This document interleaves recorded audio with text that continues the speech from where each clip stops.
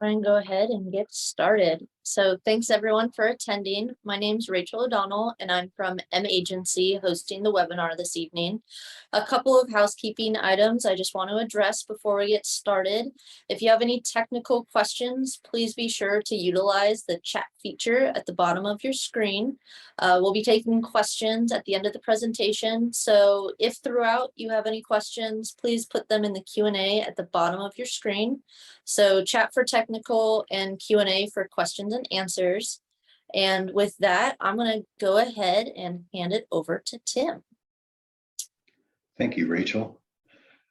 Good evening, everyone. It's a pleasure to be here. My name is Tim Hagan. I work for Pierce County Surface Water Management.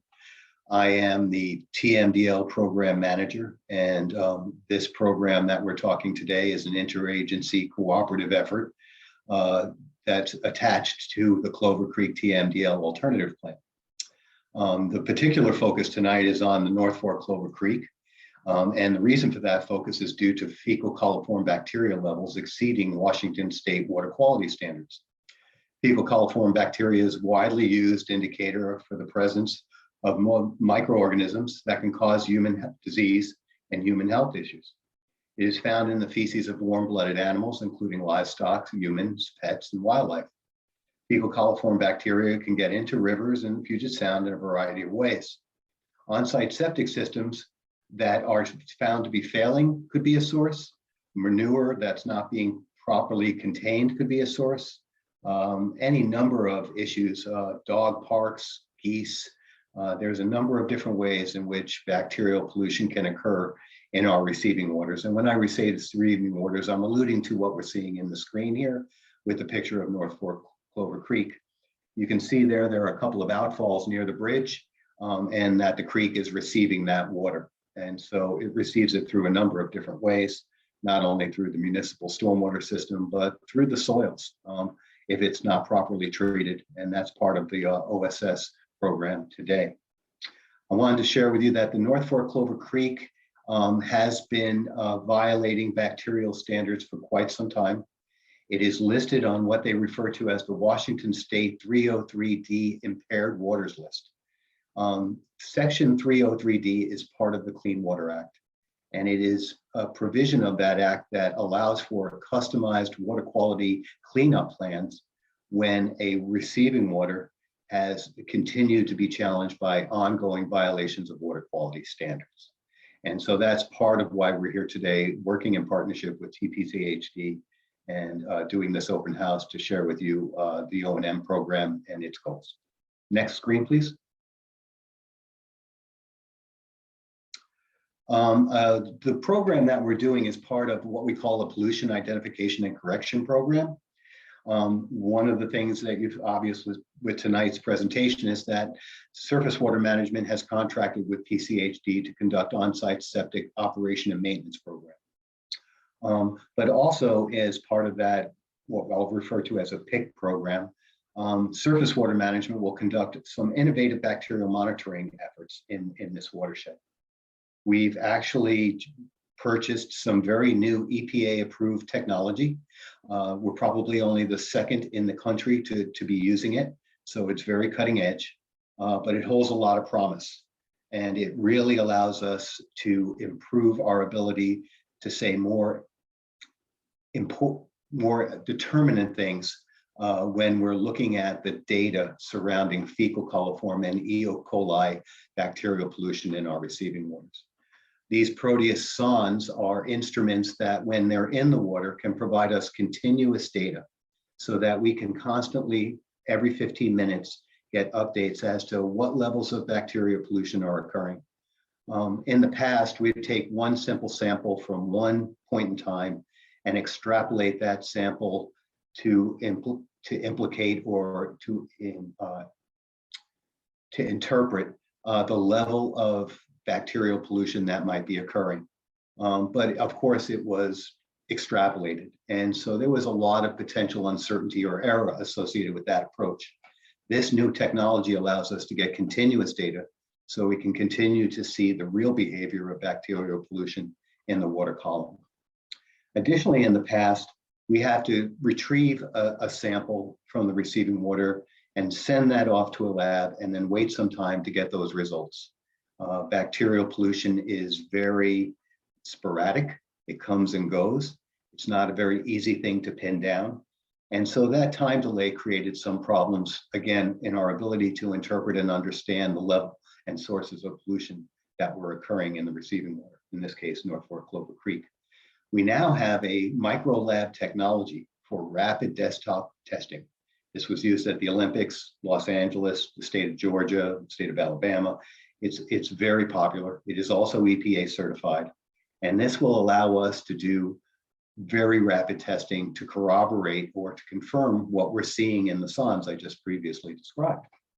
And so that also allows us to be more nimble and responsive to pollution in an effort to respond, to act when we do see it, to be able to pin that down with further field investigations. So again, we're building this program out. There's some new innovations. We'll be describing all of this adequately on a new webpage we're developing for this program that's in the works right now. And so the third part I wanted to share with you is that based on the data that we start to retrieve and the kind of signatures we're seeing out there, that could instigate what we refer to as progressive bracket sample. And so that's when a field team goes out there and says, hey, we have the data, we have the evidence to suggest we're seeing bacterial pollution in real time.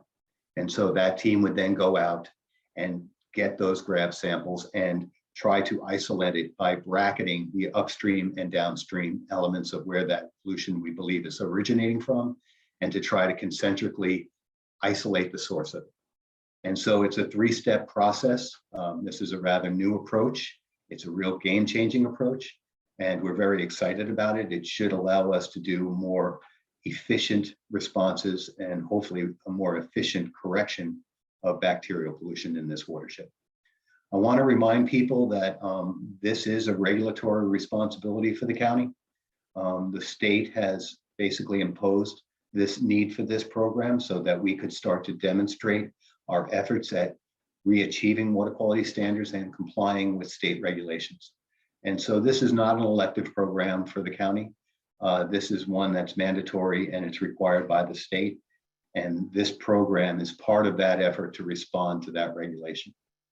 Of course, our partners here at TPCHD will assist us greatly with their investigations for correcting any identified sources of bacterial pollution originating from OSS. And I know that Niels will elaborate on that further. But I just wanted to give you a high-level discussion of what the motivations or impetus was for this program tonight, and that it's attached to this, what we refer to as a total maximum daily load. And I am that program manager, and I want you to perceive me as the contact person for surface water management. When it comes to this TMDL program, please feel free to reach out to me. I'd be happy to provide you any answers I can to the questions you may have. That's all I have for now. I feel like it's ready to pass it off to the next speaker.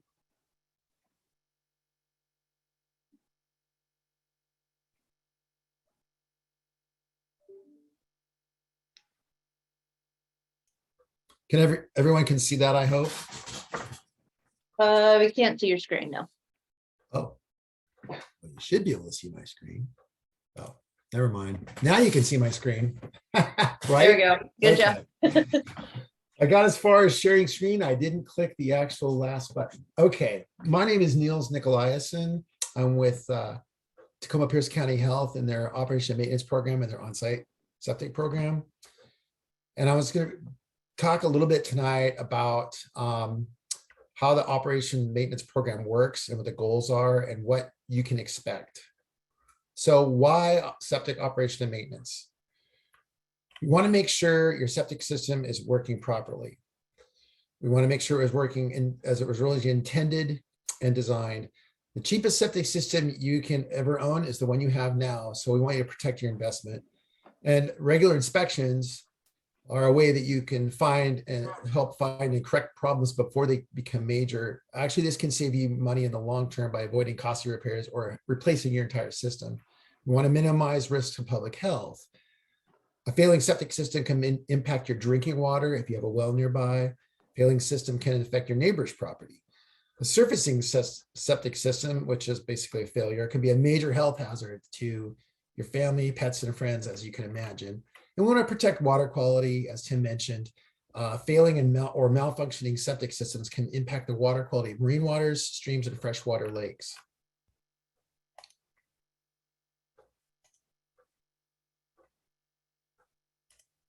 So what is the process? So you will receive from us notification letters that you're going to have inspections due on your septic systems. The first notification letter includes an insert with a list of all the certified septic system inspection and maintenance professionals that are approved to operate in Pierce County. Along with that is also an insert that comes with the letter that has a very good frequently asked questions, which includes information about financial assistance and a web link to the form. I'm going to go over financial assistance later on because I think that's a key element of this program.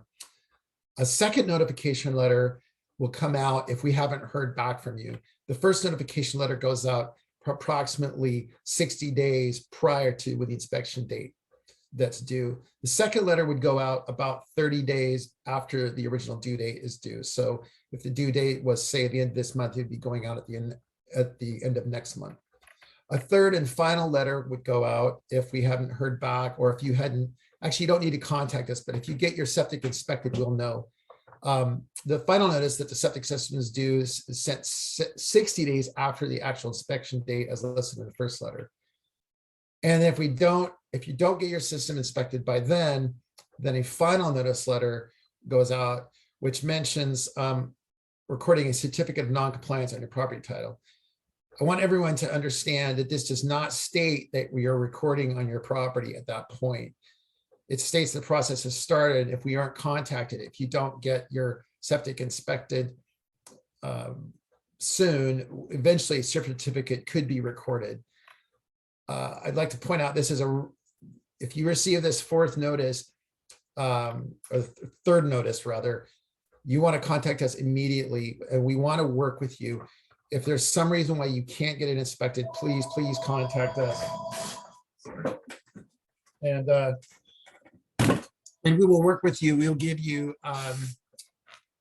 either time to take care of it or financial assistance. So I want to kind of go over what a certificate of non-compliance letter is, just so you're aware.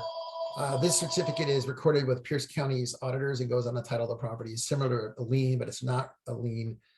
And it can impact future sales or property development of the property. You may have to pay a fee in order to sell or take the loan. It has a rescission fee. That fee would have to be paid and your required inspection to be done. But again, we don't really want to get to that point. We want to work with you to make sure you get the inspection done. We would much rather have compliance than have to go down the enforcement road. I spoke a little bit about financial assistance. This is the form we're using, and I wanted to go over that real quick because this is a really innovative part of this program. This is located on our website. It can be filled out by us with you over on the phone. It can be filled out by the property owner and mailed or emailed to us. You fill out the first pages 1 and 2 and you mail it back to us. Eligibility, and I don't know if everyone can see this because it's pretty small. It depends on the size of your screen, but you'll notice it has a self-certification statement. And basically you qualify based on your income. So it's very simple. You just fill in, where your income lies and number of people in there, and you self-certify, you mail it back to us. It allows for $125 off the inspection, up to $125 off risers if you need a riser or want a riser, $200 off tank pumping if that's something that's going to be required as a result of your inspection, and up to $500 off a minor repair. And what I mean by a minor repair is something that doesn't need a permit. So for instance, replace a pump or an inlet or an outlet baffle, things of that nature. Once we receive your form, you verify, you completed it, we signed it, we send it back to you. And then what you do is you choose a septic company that's on page 3. I didn't include page 3, but those are the companies that have decided that we have certified that'll work with this program. You contact them, let them know that you are going to use this financial assistance. And when you give that form to them, they're going to take this money this 125, 200 or 500 off at time of service. So they're going to discount it then. You don't have to be reimbursed. We reimburse the company. So it's a very simple process, and we highly encourage people use it if they need it. If you have questions on how to use the form, there's a phone number and an email on it, and we'd be happy to assist you with it. There are other financial assistance options. Clean water loan from Craft 3. That is mainly, it's a clean water loan that's mainly for large repairs like replacements or sewer connections. There's a USDA rural development loan that provides loans in basically rural areas. And from what I understand, it can be used for repairs as well as full replacements. There's also sewer connection assistance available through Pierce County. There's the website there. And then we also offer extensions. And so if when you get the letter, you're unable to get your septic done this year, let's say, it's just too much of a financial burden, call us and we'll work with you. We offer extensions up to a year. So the timeline on these notifications, we'll be notifying all septic systems owners in the North Fork Basin of Clover Creek over the next 2 years. There are approximately just over 1,000 septic systems in this area. We're going to mail out about 290 notification letters probably next week to select areas with due dates of 9/31/2022. So we give you 2 months in advance, as I mentioned earlier. We will mail another 283 letters on August 15th to more areas with due dates of 10/31/2022. So they're coming up. And then we're going to send the remainder of the letters in February and March of 2023. There's also going to be other outreach. In October of 2022, we're going to have a septic workshop. Workshops, I believe, are online and will include on-site septic system basic, troubleshooting tips, do's and don'ts of on-site use. And if you'd like to get a copy of your records, we can provide that too. The workshop's still in planning stages. There's going to be more information on that to come as well. There'll be another workshop on October 3rd of 2020, or I'm sorry, May 2023. And then there's going to be a septic social, and that's held at a private property owner's home. People gather at the home and learn about their septic system, how it works and how it's maintained. It's kind of fun. The work in a presentation that's done by a local septic system service company, so an operation maintenance company provider. Right now, we're looking for volunteers to host the social. And so if you're interested, you can contact us. Currently, it's being planned for sometime in August of 2023. So if you have any specific questions about anything I've talked about, there's my contact information. That phone number at the bottom, that's the main number for any questions you have on on-site septic on the operation maintenance program. We can assist you with financial assistance. We can assist you with extensions. If you have questions about your system in general, or what needs to be inspected, you can call that number. And I think that's about all I have. I'll pass it on to the next presenter.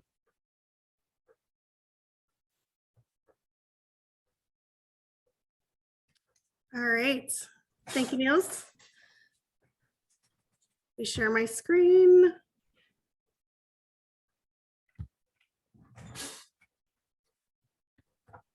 All right, can everybody see that? Yep, looks great. All right, wonderful. So my name is Megan Whitten, and I am the supervisor of the on-site permitting group. So if you ended up either building a new home or having your septic system replaced at your existing home, my division would be the one that would take care of that process. But today we're going to talk about what an operation and maintenance inspection is like and what you should expect.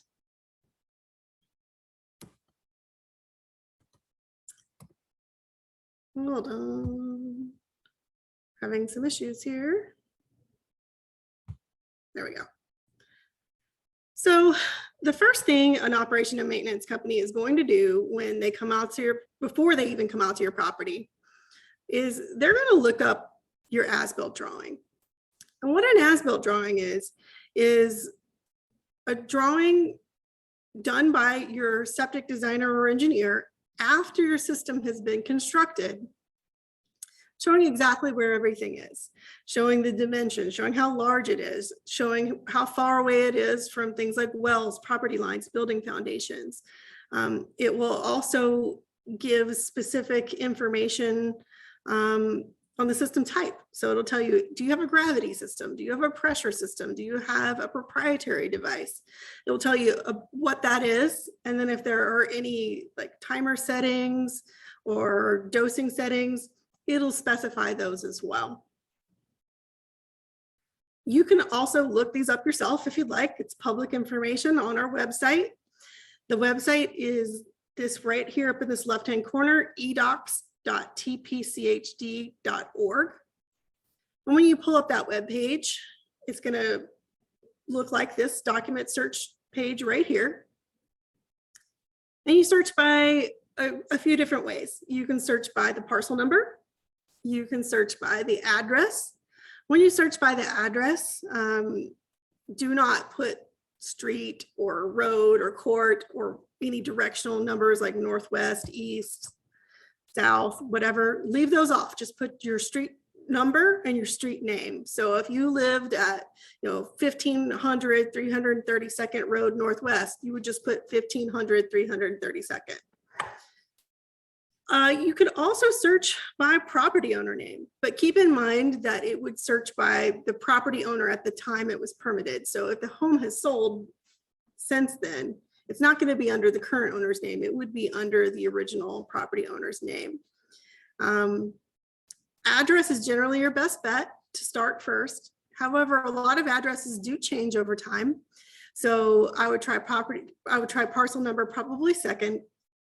And then if you still don't find anything, I would try, if you have an owner name, try it at that point. Another thing to keep in mind as well is the oldest records I've seen that we have at the health department date back to the late 1950s. However, they are few and far between. We don't have consistent records until probably the mid 1970s. So if your home is older than say 1974, there's a good chance we might not have your record. Doesn't mean it wasn't permitted. It just means we don't have it. And in that case, the septic professional who comes out to your property has a little more work to do when they are looking for your system. The second thing a maintenance company is going to do before they come to your property is they're going to look up at your maintenance history. If you go to this website here in the left-hand corner, www.onlinerme.com, that is where all septic maintenance providers are required to upload the results of their inspections. So any property in the county that has a septic system, you should be able to go and look them up and see what maintenance has been done on that property. So when you go to this address,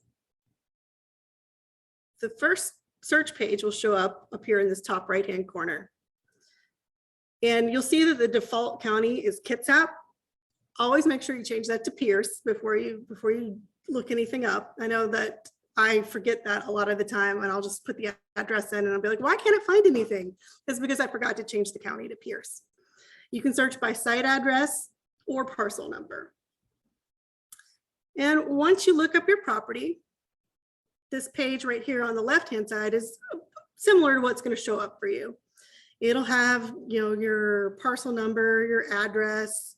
It may have your water system, whether you're on a well or municipal water.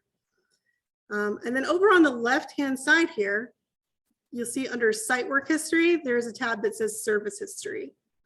If you click on that, something similar to what's down at the bottom of the page is going to show up. And depending on how large your screen is, this may be a little bit small, but so the first one, it shows the date the service was done, the service type, this was a pumping, the status, whether it was deficient or whether it was satisfactory. This one was deficient. And then the third one was the company that did it. This particular one was Express Septic Service. And it should go back, I believe our records go back to about 2010. So we have pretty decent records in Online RME that go back a good ways. As far as what service was done on your property and when it was done. So if you don't remember the last time you had your septic tank pumped, you can look on this website and see when it was. If it's been more than 5 years or so, it's probably been too long since you've had your septic tank pumped. So you might expect that that's something that the maintenance company is going to tell you you need to do when they come out there.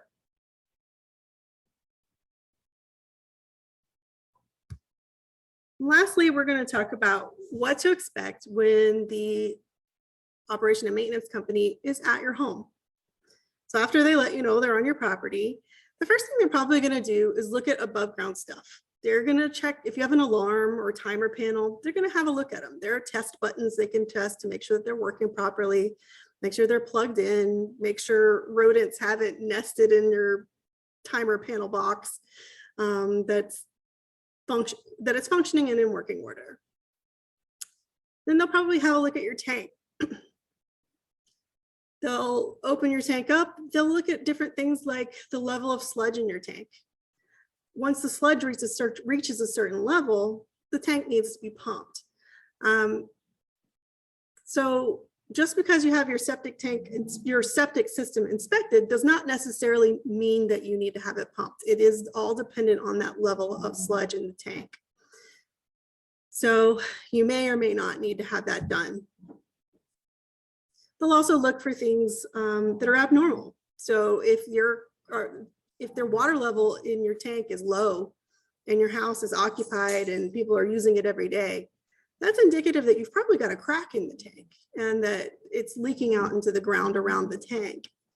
They'll look at things too, like your inlet and outlet baffles. That's our PVC tees that hang from the inlet and the outlet of the tank.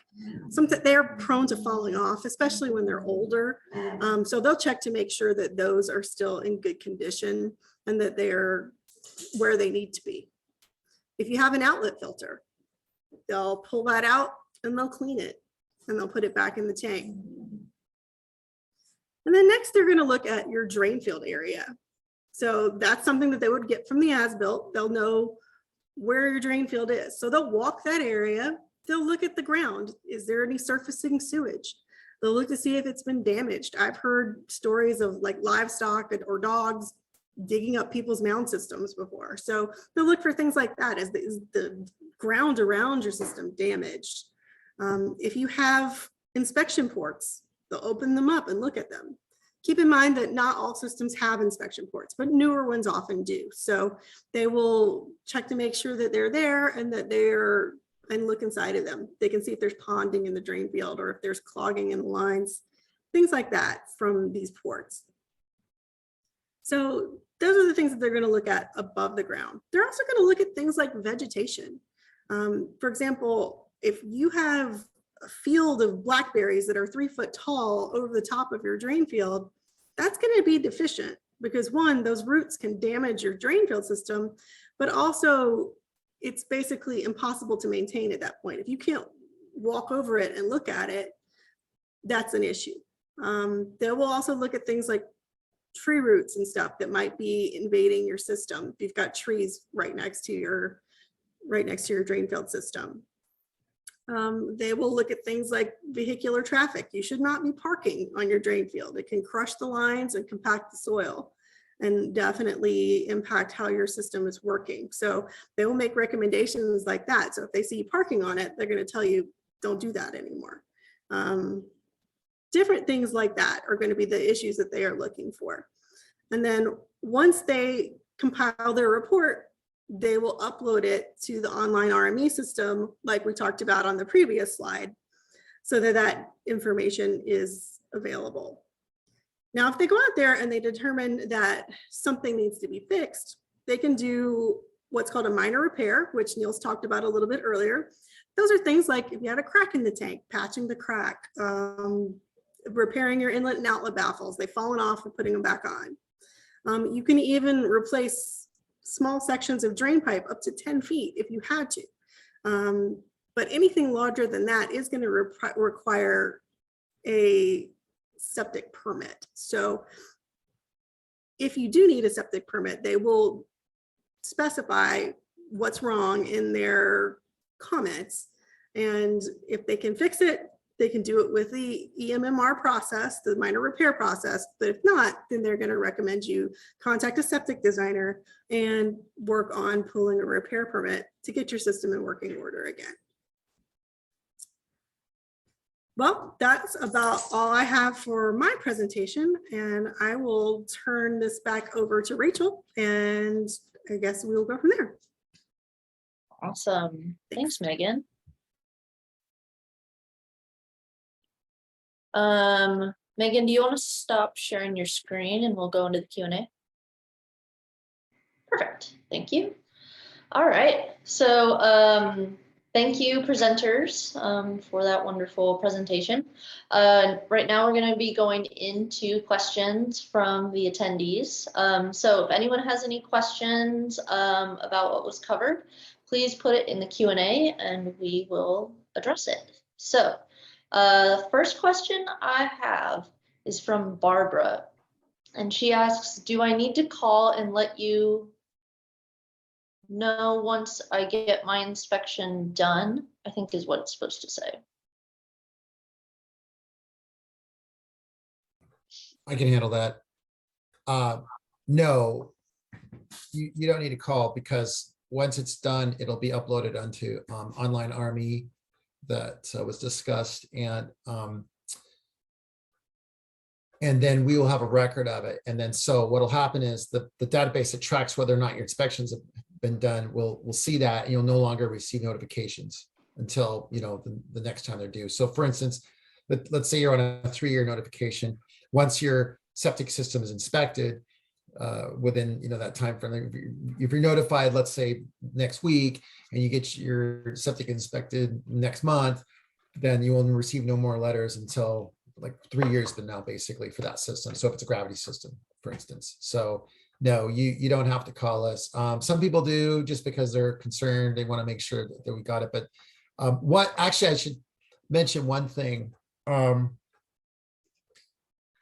Sometimes if you're getting towards a deadline on an inspection, you've contacted us, you're working with us, and now there's a deadline of giving you an extension, and let's say you've worked with us and now you need to get that done, and so you have it done, but then sometimes the how should I say that, the operation and maintenance companies have 30 days to report those onto our, so sometimes you may have to call them and kind of nudge them a bit, because we may go look for that, we may see that it hasn't been done in our records. That's just because they haven't entered it in Online Army yet.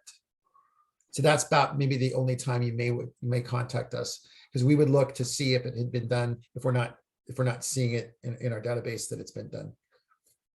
But now normally you would not have to, only if it didn't show up for some reason and we weren't seeing it entered. Right. Got it. Thanks, Niels.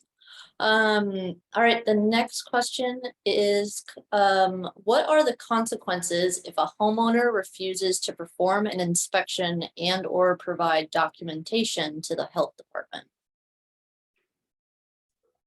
I kind of went over that a little bit. You have a progressive letters that get sent out, and I went over that.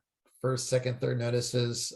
Ultimately, we don't really want to go there, but you would have a notice to title, a certificate of non-compliance put on your title of your property, and the only way to get that off would be to pay the fee, which currently right now I believe is $783, and get your septic system inspected. So again, I don't really want to go down that road if we don't have to. That would be the ultimate consequences, but you're given a lot of time. There's financial assistance. We offer extensions. So I'm hoping that doesn't happen. Can I offer something there? Yeah. Yeah, I mean, as far as the PIC program is, the county is responsible for protecting human health, public health. If there is a water quality standard violation, it is the county's responsibility. We have regulatory requirements imposed upon us to make us responsive to those water quality standard violations when they occur. We develop pollution identification and control programs primarily as an outreach cooperative effort to reach out to the community and to invite them to help us solve this solution. This is not intended to be a hard enforcement action. This is really an attempt to find a public partnership with our community members so we can eliminate the sources of bacterial pollution and protect our waters in the North Fork of Clover Creek. That is really the theme and the attitude in which we're approaching this program. Enforcement would be the last resort. There are many ways to achieve compliance short of enforcement. Enforcement is an alternative, but it would be the last alternative. And it would be exercised with great care if it had to happen, only under great recalcitrance and resistance. But generally speaking, we are here with resources, technical and financial, and we're seeking to gain cooperation with the 1,200 or so septic operators who operate their septics in this watershed. And so those are your on-site septics, but we're responsible for the water quality standards in the watershed. And so we need to be assured that all these systems are operating as designed and doing their job and properly treating that wastewater. So I just want to support what Neil said. It's our intent here is to reach out to the community, provide resources, and to partner with the community to meet this challenge and to comply with water quality standards through appropriate corrections, and to seek the operational maintenance of the on-site septics that exist in this watershed. All right, next question is from Bill, and he asks, are the inspecting companies all charging the same amount? I'll handle it. No. So when you contact a company, we would suggest you contact at least 3. I should have posted the link, but there's a link on our website that lists all the certified companies. I believe there's almost 70. There's quite a few that operate in the Pierce County area that are certified by us to operate, to do operation and maintenance and inspections. So just like with any other contractor, if you're going to get a quote for repairing your roof or doing any repairs, auto repair, I would contact at least 3 or 4 different companies and get quotes.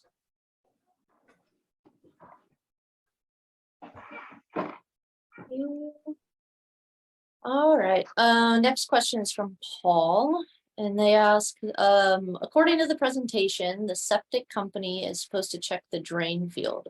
Why does the health department come out and check it also?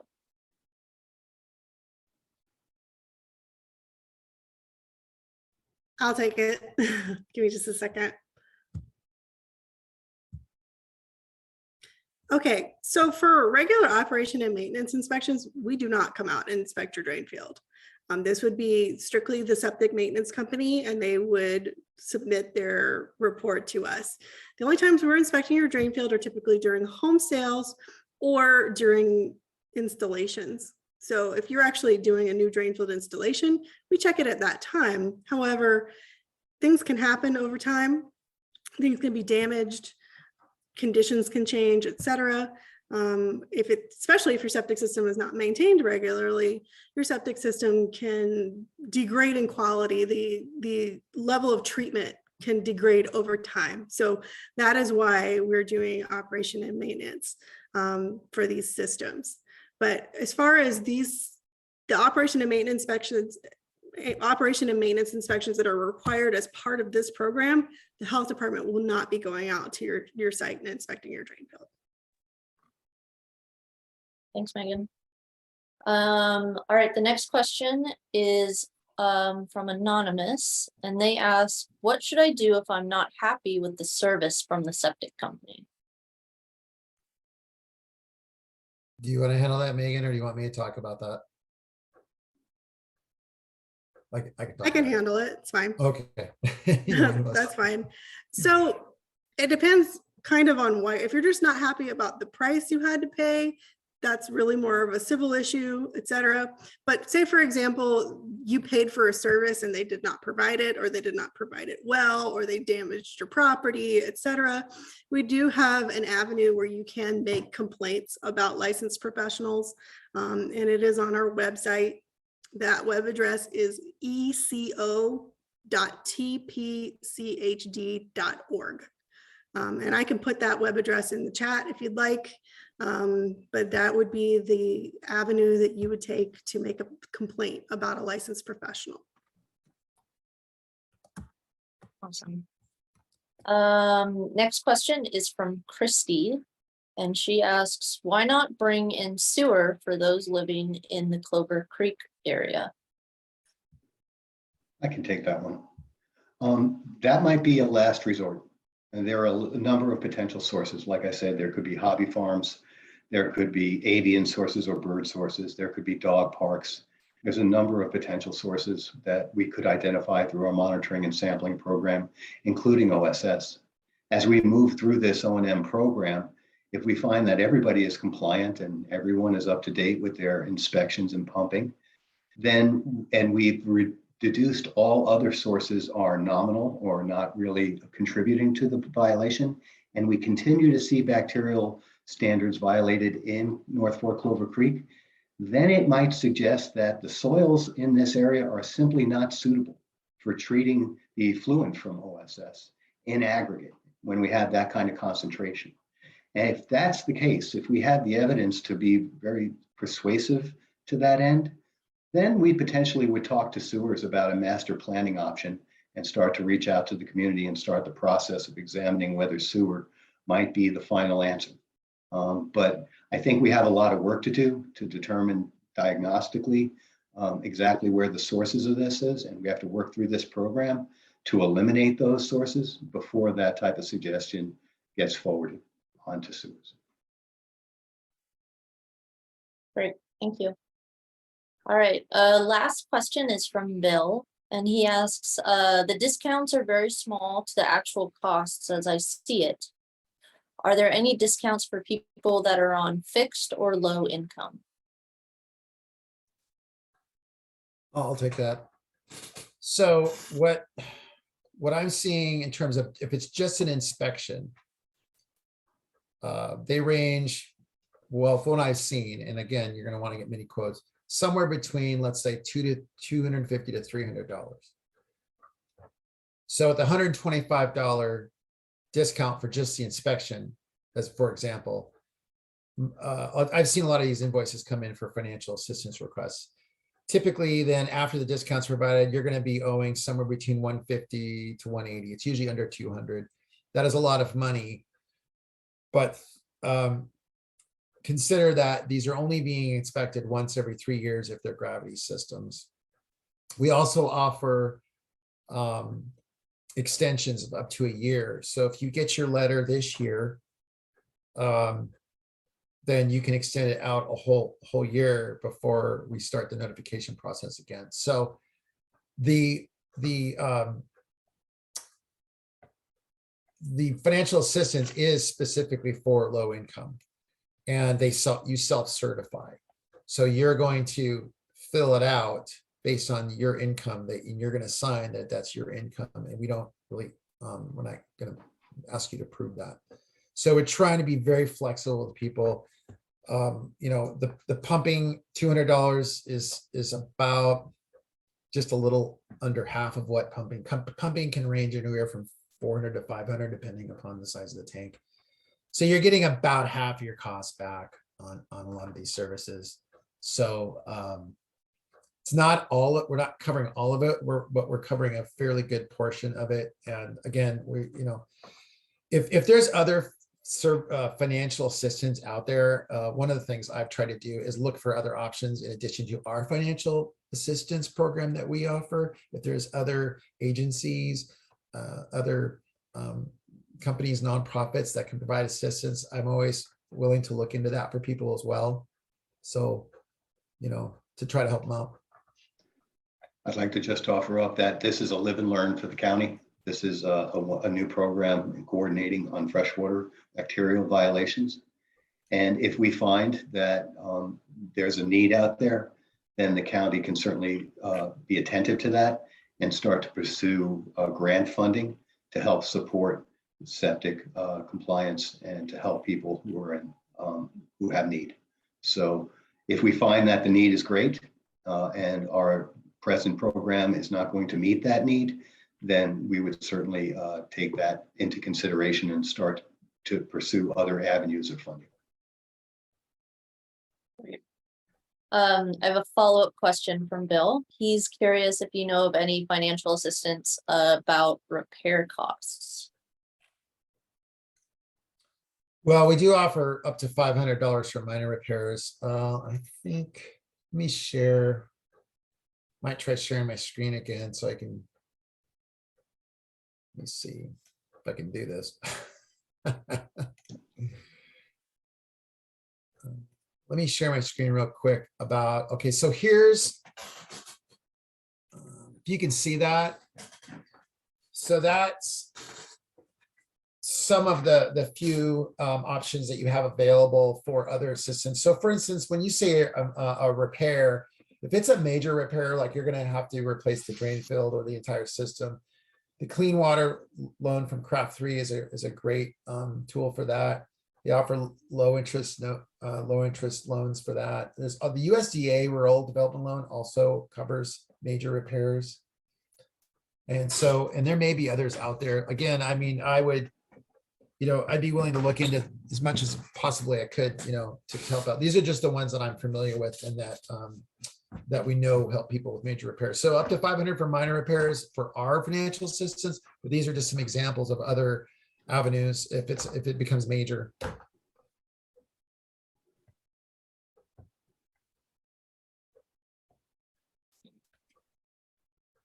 All right.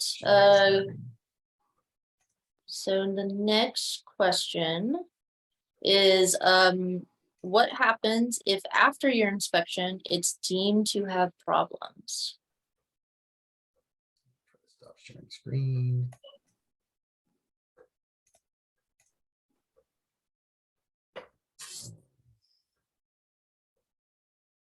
Okay, so let me actually have information on that. So depends upon the level of the, so if they find a problem, so you have a deficient inspection report. So there's different levels of deficiencies, and usually, depends on what it is. There's different levels from level 1 to 3. 3 would be your system's failing. Level 2 would be there's some issues that we need to address.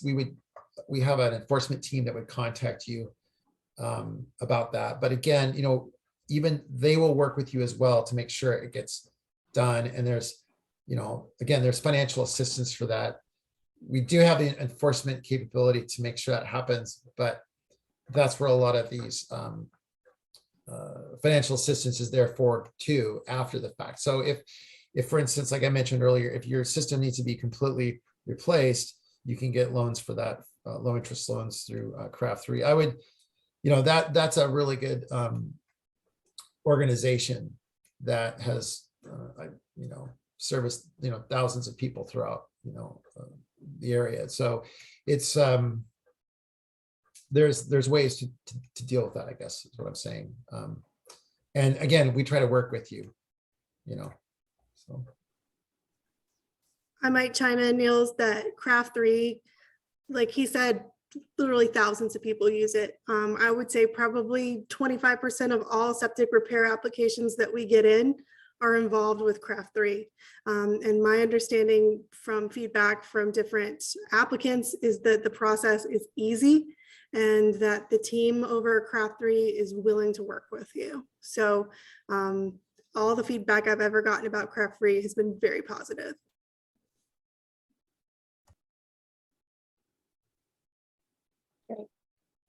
All right, our next question is, they're wondering if this program is just in Pierce County or statewide.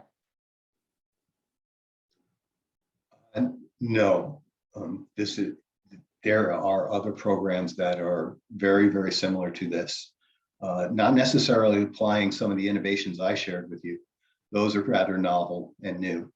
And we have a lot of hope for what they'll be able to provide us as far as being effective in this program. But no, bacterial polluted waters that are on the 303D list of the state that are in violation and either need a TMDL or a similar program to demonstrate the pursuit of compliance are located throughout the state. And there are other sections of Clover Creek that are in violation of bacteria standards. And we're hoping to perfect, our first stop is here in the North Fork, where we were working through this program, and we'll be migrating through the rest of the watershed as time and resources permit. So it's very much on our schedule, but there is limits to how much we can do at once. We're starting here, but we will be moving throughout the watershed where the data suggests that, again, we are non-compliant for bacterial standards. All right, I think those are all the questions in the Q&A. I'll give people another minute just if you're typing and haven't finished your thought or whatnot. But if anyone has any last questions, feel free to put it in the Q&A. Otherwise, we can depart. So I'll give another minute or so. Oh, and 2 immediately popped up. So, all right. So I got another question: is what is the driving force behind this action of inspections? I'll mention that it was our reaching out to TPCHD to initiate this contract to seek their partnership and their ongoing role in history in this topic and this type of program. We both have mutual interests, but we have different drivers. For us, it's like I mentioned, the Department of Ecology and the EPA, and there are national and state water quality standards for E. coli and fecal. We have a very long data set that indicates that we are in chronic violation for those standards in the North Fork and other areas in the county. And so these are the programs that evolved to meet that challenge. And so, you know, that's the driver. That is why I found the resources and the funding and initiated this contact with TPCHD to coordinate this program with them. But yes, that's the driver for the program. It's what I referred to earlier as a total maximum daily load. And a total maximum daily load is a part of the Clean Water Act. And what it really tries to get at is customized watershed planning and implementation to do pollution control. And in this case, it's bacteria. But what a TMDL really is a pollution diet. And it's based on good diagnostics and good monitoring data and good modeling in some cases. And if you follow that diet by removing the sources of pollution, you can track your progress towards meeting water quality standards because you're eliminating those sources. And so you might think of it as a pollution diet. So when you are issued a TMDL, there is a mapped pathway back to meeting compliance. And this is part of that mapped pathway, these types of programs. And this program will be offered to the state and the EPA to demonstrate our compliance with that program and its requirements. Great. All right, I think that is everything. So we can conclude tonight's presentation. So with that, thank you, presenters, again for sharing your insight and knowledge. This recording will be handed over to the health department for them to share as they'd like. But in the meantime, everyone have a great evening. Thank you all for joining us, and I hope you have a safe and wonderful weekend. Thank you, everyone. Thanks, guys.